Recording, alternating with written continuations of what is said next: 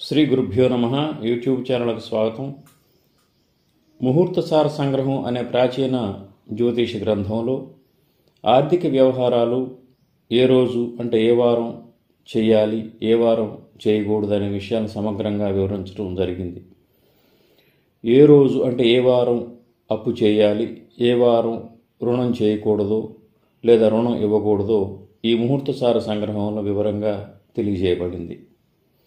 ప్రస్తుతం ఈ రుణ విషయమే అనేక గొడవలు మనుషుల మధ్య సాధారణంగా మారాయి. అప్పు ఇచ్చిన వారు తీసుకున్నవారు ఇరువురు కూడా కోర్టులను ఆశ్రయించాల్సి వస్తుంది. మనుషుల మధ్య సంబంధ బాంధవ్యాలు కూడా ఈ ఆర్థిక వ్యవహారాల వల్ల నష్టం అవుతున్నాయి. అసలు ఏ రోజు ధనం అప్పుగా ఇవ్వాలి, ఏ రోజు ధనం అప్పుగా ఇవ్వకూడదు, ఇంకా ఏ రోజు ధనమును అప్పు తీసుకోవాలి, ఎప్పుడు తీసుకోకూడదు అనే విషయాల గురించి ఇప్పుడు మనం ఈ వీడియోలో తెలుసుకుందాం. మంగళవారం ఆర్థిక వ్యవహారాలకు ఎటువంటి పరిస్థితుల్లో మంచిది కాదు. కనుక మంగళవారం ఎట్టి పరిస్థితుల్లో ధనాన్ని అప్పుగా ఇవ్వకూడదు. ఎంతటి దగ్గర వారికి కూడా మంగళవారం రోజు ధనాన్ని అప్పుగా ఇవ్వకూడదు. ఇస్తే ధనం తిరిగి రావటం చాలా కష్టం. అదేవిధంగా మంగళవారం రోజు ఎట్టి పరిస్థితుల్లో అప్పు చేయకూడదు. అంటే ధనం ఎవరి నుండి అప్పుగా గ్రహించకూడదు. మంగళవారం రోజు చేసిన అప్పు తీరటం చాలా కష్టం అవుతుంది. కనుక మంగళవారం అప్పు ఇవ్వరాదు, అప్పు చేయకూడదు.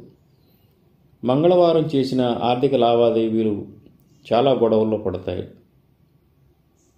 కోర్టు కేసులు, పెద్ద మనుషుల పంచాయతీలో కూడా మంగళవారం చేసే ఆర్థిక వ్యవహారాలు పడే అవకాశం ఉంటుంది. కనుక మంగళవారం రోజు ధనాన్ని అప్పుగా ఇవ్వకూడదు, తీసుకోకూడదు. ఇది అందరూ చాలా గుర్తుంచుకోవాల్సిన ముఖ్యమైన విషయం. అయితే పాత రుణాలను మంగళవారం రోజు తీర్చివేయవచ్చు. అంటే మంగళవారం అప్పు తీర్చవచ్చు. అంటే స్థూలంగా మంగళవారం అప్పు ఇవ్వకూడదు, అప్పు తీసుకోకూడదు. అదేవిధంగా మంగళవారం రోజు మనకున్న అప్పుని తీర్చివేయచ్చు. అప్పు తీసుకోవటానికి సోమవారం చాలా మంచిది. సోమవారం అప్పు తీసుకుంటే వాటిని వెంటనే చెల్లించగల స్తోమత తీసుకున్న వారికి లభిస్తుంది. కాబట్టి ధనాన్ని ఎప్పుడు కూడా సోమవారం రోజు అప్పుగా తీసుకోవచ్చు. అదేవిధంగా ఎవరికైనా సోమవారం రోజు ధనాన్ని అప్పుగా ఇవ్వచ్చు. సోమవారం ఇచ్చిన అప్పు సవ్యంగా తిరిగి చేతికి వస్తుంది. అంటే సోమవారం రోజు అప్పు ఎవరికైనా ఇవ్వచ్చు, తీసుకోవచ్చు. అనేక ఆర్థిక వ్యవహారాలకి సోమవారం చాలా శ్రేష్టం. గురువారం రోజు బంధువర్గం వారికి అప్పు ఇవ్వచ్చు. బంధువుల నుండి ధనం అప్పుగా తీసుకోవచ్చు. గురువారం రోజు బయట వారికి మాత్రం ధనాన్ని అప్పుగా ఇవ్వకూడదు. గురువారం రోజు ఓన్లీ బంధువులతోనే మనం అప్పు ఇవ్వచ్చు, అప్పు తీసుకోవచ్చు. బుధవారం రోజు ఎవరికి ధనాన్ని అప్పుగా ఇవ్వకూడదు. బుధవారం అప్పిస్తే తిరిగి రావటంలో చాలా సమస్యలు ఉంటాయి. బుధవారం ఇచ్చిన అప్పు సవ్యంగా తిరిగి రాదు. కొంత నష్టపోవాల్సి ఉంటుంది, గొడవలు అవుతాయి. బుధవారం రోజు పాత బాకీలు వసూలుకు ప్రయత్నించడం మంచిది. అంటే బుధవారం రోజు ధనాన్ని ఎవరికైనా అప్పుగా ఇస్తే ఆ అప్పు సవ్యంగా తిరిగి రావడం కష్టం. అంటే కొంత డబ్బు వస్తుంది కానీ కొంత నష్టపోవాల్సి ఉంటుంది. అదేవిధంగా బుధవారం రోజు ఇచ్చిన అప్పు గొడవల్లో కూడా పడే అవకాశం ఉంటుంది. అంటే తీసుకున్న వారికి ఇచ్చిన వారికి మధ్య అనేక గొడవలను కూడా సృష్టిస్తుంది. ధన సంబంధ వ్యవహారాలు, గొడవలు శనివారం రోజు పరిష్కరించుకోవడానికి ప్రయత్నించకూడదు. సమస్య ఎటువంటి పరిస్థితుల్లో తేలదు. అంటే ధనం, రుణాల విషయమే కాకుండా అనేక మానిటరీ ట్రాన్సాక్షన్స్, ధన సంబంధమైన వ్యవహారాలు, పంచాయతీలు శనివారం రోజు మనం పరిష్కరించుకోవడానికి ప్రయత్నించకూడదు. శనివారం రోజు కనుక మనం ప్రయత్నించినట్లయితే అది ముందుకు సాగదు.